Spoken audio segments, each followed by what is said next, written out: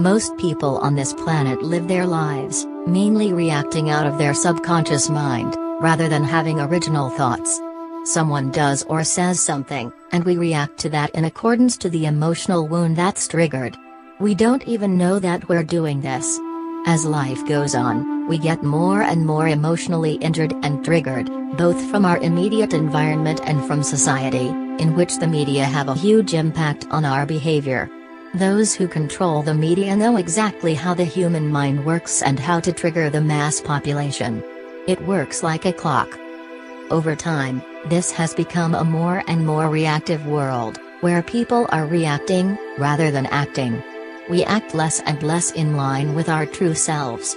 We have been manipulated to become this way, this being a part of a much bigger agenda that we will discuss in detail in later videos. Those in control, humans and non-humans, instigate the trauma and the drama, and we, in our reactive ways, then trigger each other, which builds the foundation to most of the problems we encounter today.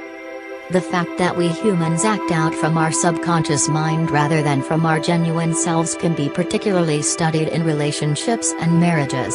There is a saying that men usually marry their mothers and women marry their fathers. This is accurate, and it's true more often than it is not.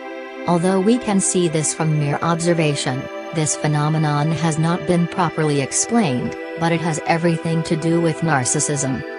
It might come as a surprise to many, but the most common relationship on this planet, at least in the industrial world, is that between a narcissist, or a person with narcissistic traits, and a so-called codependent, which is a term used for the victim of narcissism. The term codependence was coined because this person thinks he or she is dependent on the narcissist for his or her own survival and happiness. It is also true that the narcissist is dependent upon his or her victim for his or her survival, which in fact makes both of them codependent. The narcissist literally needs the other person's life energy to stay alive, and the codependent, the term we will use for the victim of narcissistic abuse from here on, thinks he or she needs the narcissist for many different reasons, and it always stems from childhood abuse. People think that childhood abuse means that a parent beats the child, or is overtly mean to him or her, but this is not always the case. There is abuse that's taking place even by codependent parents, who otherwise might be decent people. Abuse can be anything from neglect, rejection, shaming, guilt-tripping, comparison between the child to other children, not listening, having strict rules, not letting the child be himself or herself, not validating the child's own needs, to harsh verbal and physical abuse. Studies have showed that what might seem to be the lesser form of abuse in the examples above can often have the most damaging effects on the child, particularly rejection, shaming, comparison, and guilt-tripping. These leave huge emotional wounds in the child, wounds that he or she will bring with him or her into adulthood, having severe effects on the child's psyche, something that will sometimes last for the entire life. If one parent is narcissistic and the other parent is codependent, which is a typical relationship today, the narcissistic parent will continuously abuse the child, overtly and/or covertly. This will create a codependent child. The child will start to either mimic the narcissistic parent, or he or she will learn how to please the narcissistic parent. In the former case, the child often develops similar characteristics as the narcissistic parent, but will usually not develop into a full-blown narcissist, although this happens. How much of the narcissist's personality this child takes on depends on the grade of negative influence the parent has had, and to how strong the child's core self is.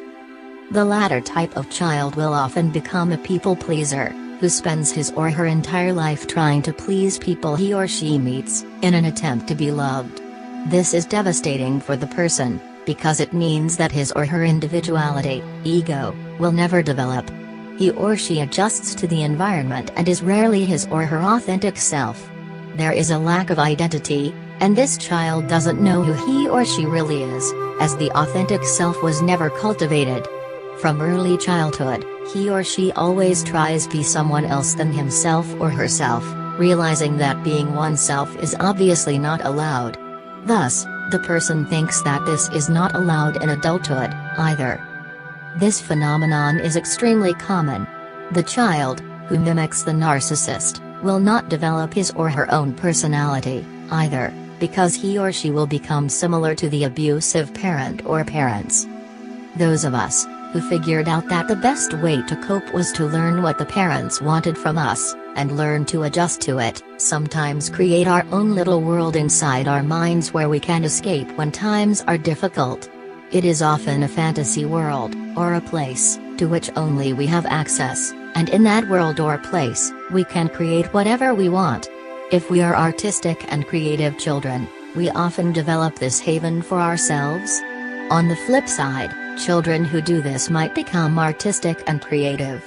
In other words, we escape the 3D reality and spend our time in other dimensions, where we can create with our thoughts without being interfered with.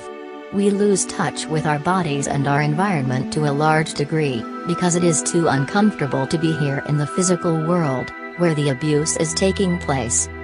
However, those of us who instead become rebellious already when we are little, the so-called problem child, sometimes do the exact opposite. We try to cope by rebelling against the abuse, which leads to more abuse from our parent or parents.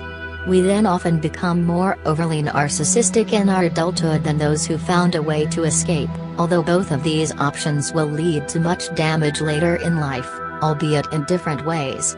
The rebel is often more overtly aggressive or passive-aggressive, while the child who escapes to his or her own dimension usually becomes withdrawn and submissive.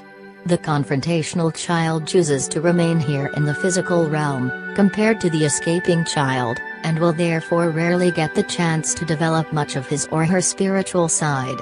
Some children are a mix of both. Example above. None of the children in the above categories has any choice, they both just choose their own way to cope with a situation they otherwise have no control over as children. After all, we are quite helpless in the beginning of our lives, and we need our caregivers for survival.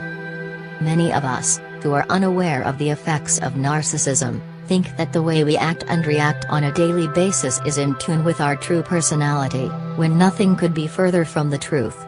In reality, we don't even know who we are. We have become someone else. We've become someone our parent or our caregivers wanted us to be, or in case of the rebellious child, he or she became the black sheep of the family, whom everyone turned against because he or she was not obedient.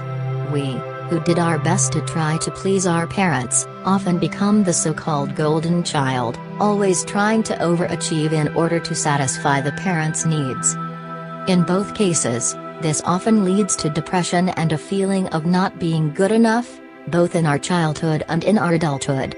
Not being able to express ourselves in our childhood, according to who we really are, and not being able to please our parents and ourselves, leads to shame, guilt, general anxiety, and separation anxiety, to name a few.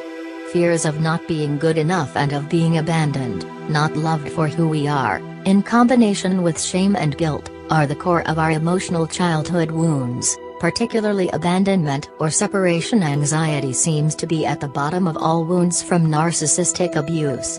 And because all people are wounded to a greater or lesser degree, we all have a tendency to sometimes trigger each other, without having to be narcissists.